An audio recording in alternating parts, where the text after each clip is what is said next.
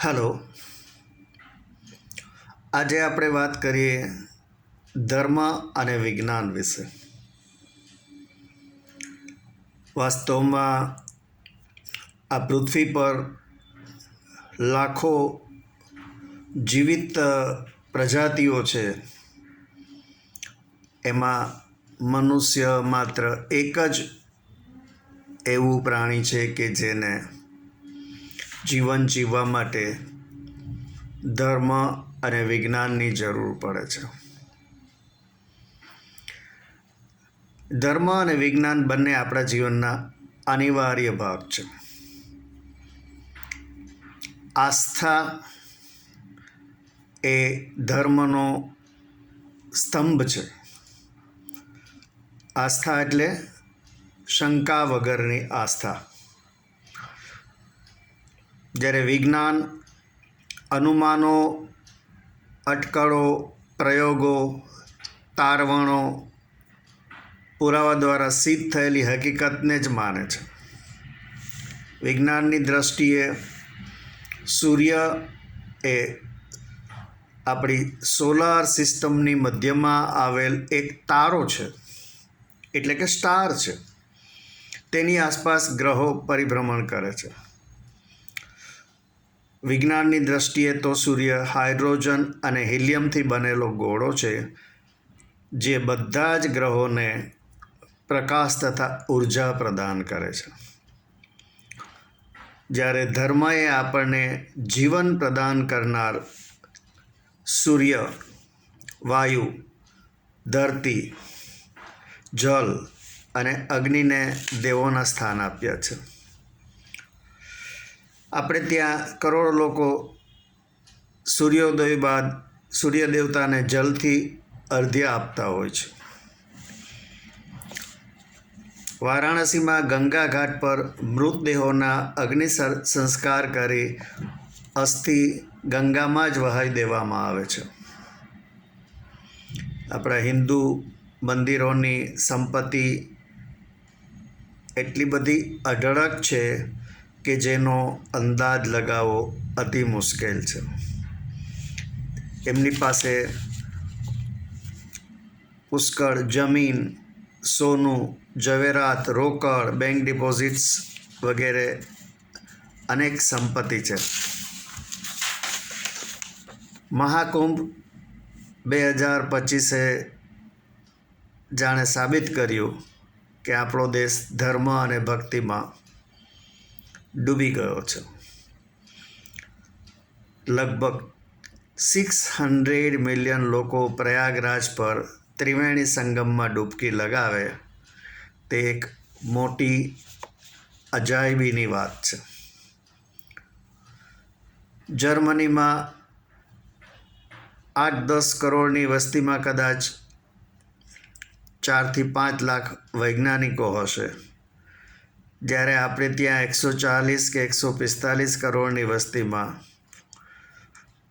10 લાખ વૈજ્ઞાનિકો હશે. એ લોકો વર્ક ઇઝ વર્કશીપમાં માને છે અને આપણે વર્શિપ ઇઝ વર્કમાં માનીએ છીએ. જ્યારે પૃથ્વીની વસ્તી કદાચ 33 લાખ હશે, ત્યારે આપણે ત્યાં 33 કરોડ દેવી દેવતા હતા.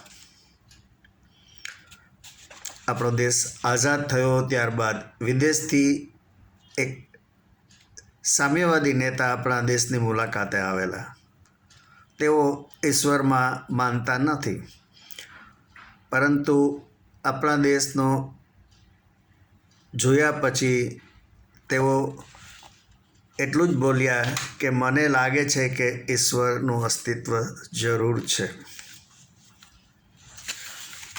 આપણી આંખમાં એક ખૂબ જ નાનો લેન્સ હોય છે.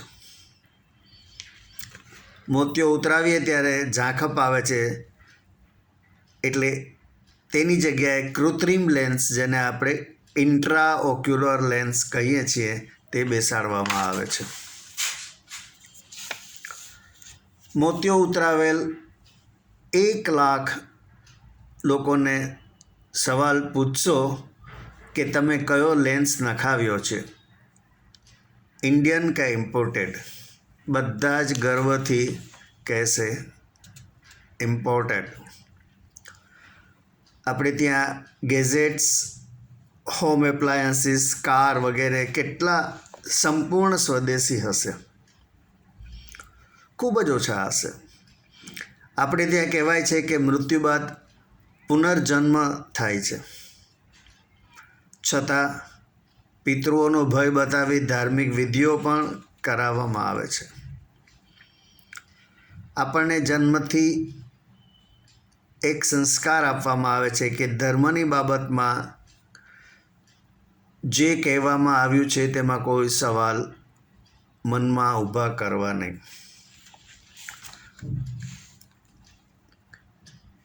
આનાથી અંધશ્રદ્ધાની જડ વધારે ને વધારે મજબૂત થતી જાય છે. વિજ્ઞાન બાબતમાં આપણે મહદઅંશે વિદેશો પર આધારિત રહેવાનું પસંદ કરીએ છીએ. બોલવામાં આપણે ઋષિમુનિઓ તરફથી મળેલા સમૃદ્ધ આયુર્વેદના મહાન વારસાની મોટી મોટી વાતો કરીએ છીએ, પણ બ્લડ પ્રેશર, સુગર વગેરેમાં વિદેશોમાં નક્કી કરવામાં આવેલા પ્રમાણને જ અનુસરીએ છીએ. ચંદ્ર પર અન્ય દેશો 50 વર્ષ પહેલાં પહોંચેલા, આપણે 5મા નંબરે છીએ. આપણે ત્યાં દરેક વિદ્યાર્થીને ઉચ્ચ અભ્યાસ માટે વિદેશ જવાની ખૂબ જ તાલાવેલી હોય છે. જે દેશોમાં વિજ્ઞાનને અગ્રસ્થાન મળે છે તે દેશો ડેવલપ્ડ કન્ટ્રીઝનું સ્થાન પામે છે. આપણે ત્યાં ધર્મ અગ્રસ્થાને છે અને વિજ્ઞાન બેકસીટ પર છે. તમે સૌ જાણતા હશો કે આપણે ત્યાં હવે ટેસ્લાની ઇમ્પોર્ટેડ ઇલેક્ટ્રિક કાર્સ પણ આવવામાં છે. આપણે ત્યાં વર્ષોથી બ્રેઇન ડ્રેન એ નિયમિત ઘટના છે. આપણા હોશિયાર લોકો વિદેશના વિકાસમાં ખૂબ જ ફાળો આપે છે, કારણ કે ત્યાં તેમની કદર પણ થાય છે અને તેમને યોગ્ય વળતર મળે છે. ઓફિસમાં હું મારી કેબિનમાં કામ કરતો તો ત્યાં એક જ્ઞાની સાથીદારે આવીને કહ્યું, સર, વતન માટે જે શહીદ થાય છે તેને મોક્ષ અવશ્ય પ્રાપ્ત થાય છે. એ સિદ્ધ હકીકત છે. મેં માત્ર એટલું જ પૂછ્યું કે આ વાત વતનના દુશ્મનોને પણ એટલી જ લાગુ પડતી હશે ને? પહેલાં સતયુગ હતો ને હવે કળિયુગ છે એવું આપણે બધા જ કહીએ છીએ, પણ ક્યારે સતયુગ હતો એ મોટો સવાલ છે. કારણ કે બુદ્ધ અને મહાવીર તો હંમેશા ઉપદેશ આપતા હતા કે હિંસા ન કરવી, ચોરી ન કરવી, વ્યભિચાર ન કરવો. તો શું તેઓ પાગલ થઈ ગયા હતા? કોરોના કાળમાં આપણે વિજ્ઞાનને અનુસરીને બધા જ ધર્મ સ્થળો લોક કરી દીધેલા. કોઈ પણ બાબતમાં પ્રમાણ વગર વિજ્ઞાન સ્વીકારે નહીં. વિજ્ઞાન આત્માને જાણે નહીં. દરેક વસ્તુ માપવાનો વિજ્ઞાને એકમ એટલે કે યુનિટ સ્થાપિત કર્યો છે. સૂર્ય પૃથ્વીથી ઘણો દૂર છે એવું વાક્ય વિજ્ઞાન સ્વીકારે નહીં, પરંતુ તમે એમ કહો કે આશરે 93 મિલિયન માઇલ્સ દૂર છે તો તેમાં કંઈક સેન્સ છે. પાપ અને પુણ્ય ધર્મના કન્સેપ્ટ છે, તેના કોઈ યુનિટ નથી. મચ્છરને મારો કે માછલીને મારો કે કોઈ પ્રાણીને મારો કે મનુષ્યની હત્યા કરો, તેમાં કેટલું પાપનું પ્રમાણ રહેલું છે અને કેટલું આપણું ડેબિટ બેલેન્સ ઊભું થાય છે તેના કોઈ એકમ નથી. મેલેરિયા થાય છે ત્યારે જગતના કોઈ પણ ધર્મના સંતોને એક જ સરખી ટ્રીટમેન્ટ લેવી પડે છે, તે છે વિજ્ઞાન.